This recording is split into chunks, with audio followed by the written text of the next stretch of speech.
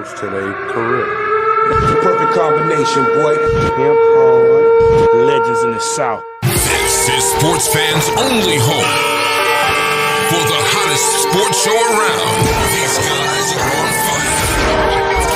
You're now listening to KJ and Sean Mack. Damn sports.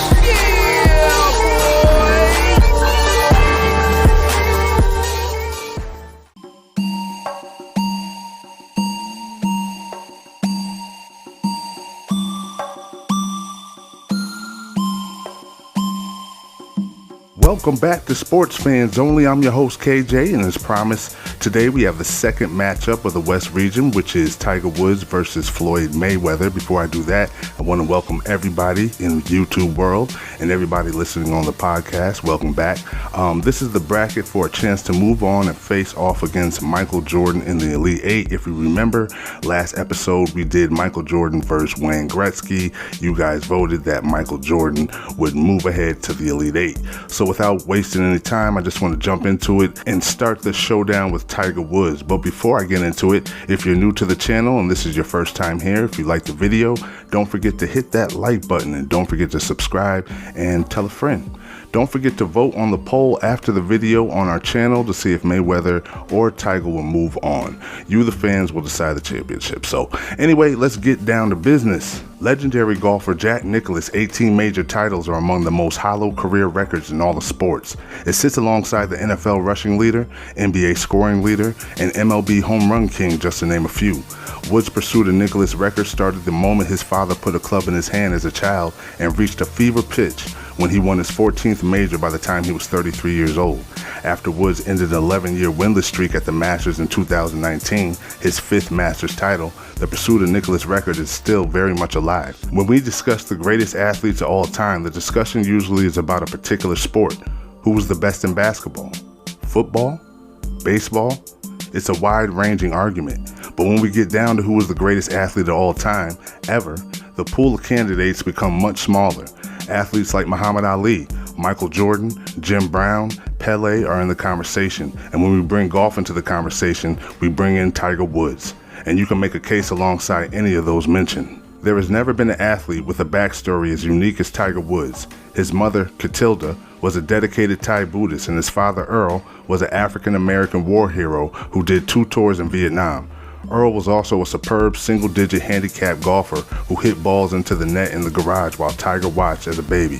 When Tiger began to walk, Earl filed down the child's club for him. At 18 months old, on his own, Tiger began hitting golf balls into the net. The rest is history. Most sports fans above a certain age have a distinct first memory of Tiger Woods. Seeing him on the Mike Douglas show, at 2 years old while his father Earl watched him hit shots off a tee alongside Douglas, comedian Bob Hope, and legendary actor Jimmy Stewart. After that, there was never an extended period of time in his life when Woods was out of the public eye. His rise to number 1 in the world, his fall from grace, his comeback, we were all there the whole time. Prodigies in sports, music, science have always fascinated us. Tiger Woods is a prodigy on a level comparable to Mozart, Pablo Picasso, and Soriano Inés de la Cruz. A little Spanish accent there. How you like that, huh? He played his first hole when he was 18 months old. He won his first pitch and putt competition at 2 years old in the 10 and under division. He was the youngest World Junior Optimist champion at 8 years old and the youngest U.S. Junior Amateur champion at 15 years old. And by 20, Tiger had won 3 consecutive U.S. Amateur championships and an NCAA championship at Stanford. The one part of Tiger Woods' golf career that seems to get overlooked on a regular basis are the 2 years he spent playing at Stanford University alongside best friend Nota Begay and PGA golfer Casey Martin. Woods was dominant on a level that places him among the greatest collegiate golfers of all time. He was a 2-time first-team All-American, 2-time Pac-10 Player of the Year, and won the 1996 NCAA championship. Now, I'm not sure if this was a thing back then. Now, I know it was a thing in basketball and football when kids are in high school, even junior high school, that the college coach would contact them early when they're 12, 11, 10. But by all accounts, Stanford coach Wally Goodwin, he began recruiting Woods when he was in junior high school by sending him handwritten notes. And this is in golf. So you can only imagine how great he was for a coach back then. That was back in the, 80s? For a college coach back in the 80s to be recruiting a black kid for golf at a school like Stanford. He must have just been so amazing that he just couldn't help himself. And he went there. So I guess that shows a little bit of loyalty right there. Anyway, Tiger Woods dominated for a decade, connecting golf fans, both old and young, from the late 1990s to the late 2000s. As his legend started to fade and a new generation of millennials began to come of age, including Woods' own daughter, he was just a YouTube golfer. They really didn't know the magic of Tiger Woods. They really didn't. But with his legendary win at the Masters in 2019, a whole generation can tell you their own stories of his greatness. For him to win that Masters that long after, it's kind of comparable to Tom Brady. I think Tom Brady went about 10 years without winning a championship. And then all of a sudden, he beat Seattle. So same type of thing, in my opinion. After Tiger Woods won the Masters in 1997 by 12 strokes, his first victory in the major, he was forced to answer questions on how easy it was for him to win in Augusta National. Runner-up Tom Kite didn't help by saying he was proud of finishing second because he beat all the other mortals. Courses responded in kind to golf's newest superstar. They moved the tees back. They put fairways in funky positions. They made the courses longer. And after Woods said Augusta resembled a driving range in 1998, the fabled course added its first patch of rough in 1999. Any rundown of the most clutch shots in golf history will include Tiger Woods multiple times. Just look at the greatest putts he sank, and you get the idea. His putt on number 18 at the 2000 PGA Championship to force a playoff with Bob May. His 60-foot downhill triple breaker putt on number 17 at the 2001 Players Championship. And perhaps his greatest shot of all, the 15-foot putt birdie on the 72nd hole at the 2008 U.S. Open to force a playoff with Rocco Medici, I think that's how you pronounce his last name, that Woods won. One of the qualities we value the most in athletes is their ability to play through pain. How far will they push themselves? Tiger Woods' ability to play through pain is legendary, rivaled by few in sports history. He most notably won the 2008 U.S. Open with a broken leg and a torn ACL. Then he spent the next 9 years fighting through debilitating back and leg pain that required multiple surgeries, finally fixing the problem with spinal fusion surgery in 2017. That was followed by his first PGA Tour win in 5 years at the 2018 Tour Championship. Headed into the 2008 U.S. Open, it was obvious Tiger Woods had some sort of leg injury he wasn't fully disclosing. What we remember now is Woods limping down the course using his club as a cane, essentially. We remember forcing an 18-hole playoff with Rocco Medici on the 72nd hole with a putt for eagle. We remember him hoisting the U.S. Open trophy after playing another 19 holes the next day. The injuries were more severe than we could have realized. He was playing on a broken leg and with a torn ACL. When Tiger Woods won the 2019 Masters, his first Masters win since 2005, and his first major win since 2008, it completed arguably the greatest comeback in sports history. Take into account that when Woods first ran into trouble after his extramarital affairs scandal in 2009 and his subsequent divorce in 2010, he was ranked number 1 in the world golf rankings. By December 2017, following a DUI arrest, surgeries, and an extended time away from golf, he was ranked number 1,199. Tiger Woods is not just among the most recognizable athletes in the world, he is one of the most recognizable celebrities. There's nowhere Woods can go without being recognized, what fellow golfer and friend Rory McIlroy once called the nightmare. Woods came to terms with this level of fame early in his career thanks to his friendship with star athletes like Michael Jordan, Charles Barkley, and Derek Jeter.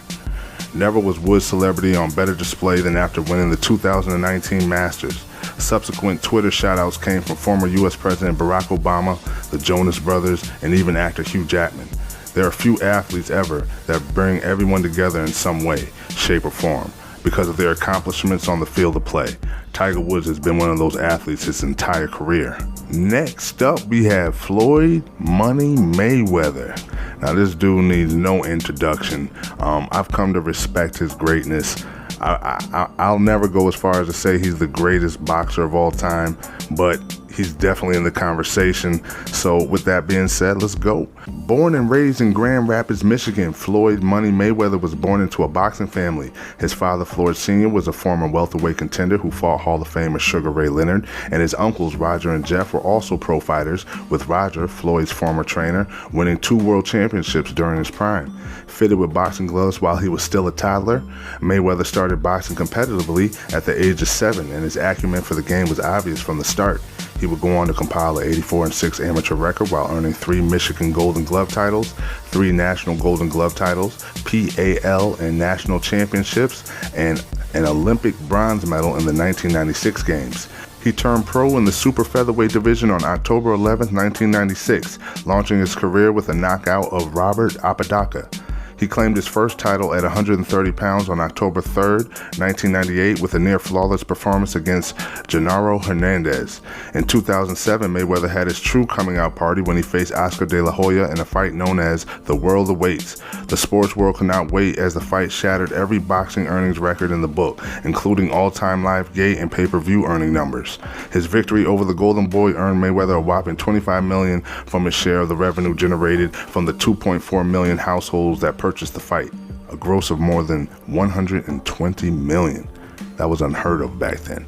In a fight that will likely be his most memorable, on May 2nd, 2015, Mayweather faced Filipino legend Manny Pacquiao in a highly anticipated duel that turned into the biggest economic success in boxing history and one of the most talked about sporting events ever. Mayweather was masterful in the ring, using his jab and counter right hands to keep the usually ultra-aggressive Pacquiao at bay on the way to a unanimous decision. Mayweather has received an endless list of accolades, including 5 ESPN ESPY Fighter of the Year awards, the Boxing Writers Association of America, Ring Magazine, BET, and the Nevada Boxing Hall of Fame have also honored him as a Fighter of the Year. Throughout his illustrious career, Mayweather displayed an unprecedented mix of speed, power, and natural instinct every time he stepped into the ring, a combination that translated into 50 wins without a loss, 26 knockouts, and 12 world championships in 5 weight classes. Mayweather has continued to set an even higher bar outside of the ring. References of TMT, the Money Team, and TBE, the Best Ever, have become familiar throughout the world as he continues to build his successful promotional company, Mayweather Promotions, and his Money Team, and Mayweather Sports Clothing and Apparel brands. He is also active in the community, serving as director of the Floyd Mayweather Foundation, TFMJF, which he founded in 2007. In addition, he supports the homeless in Las Vegas and has graciously donated to Susan G. Komen Las Vegas chapter, Habitat for Humanity Las Vegas, 3 Square Food Bank, and Rainbow Dreams of Academy. I actually did not know he did that much giving, but usually people who like to give, they don't like it to be plastered all over the media. So I'm glad to hear that he does a lot of charity work. Gotta get my little clap. I don't have my little clap, but anyway, hope you guys enjoyed the video. Once again, make sure you go to the channel and vote. You guys are voting. This has nothing to do with me. So as soon as this video is posted and as soon as you watch the video, make sure you go back to the channel and we will have a poll up. Make sure you vote, and whoever wins will go on to face Michael Jordan in the Elite 8, and that will be in the West bracket. And we are going to do the South bracket next time. In the next few days, we'll have the South bracket. It'll be a surprise who I go with, so I'm not going to let you guys know right now. So anyway, like I said, I hope you enjoyed the video. Make sure you share it with a friend. And once again, this is KJ. I'll see you guys next time. And for all those listening to the podcast, we're going to take this quick music break, and we'll be right back.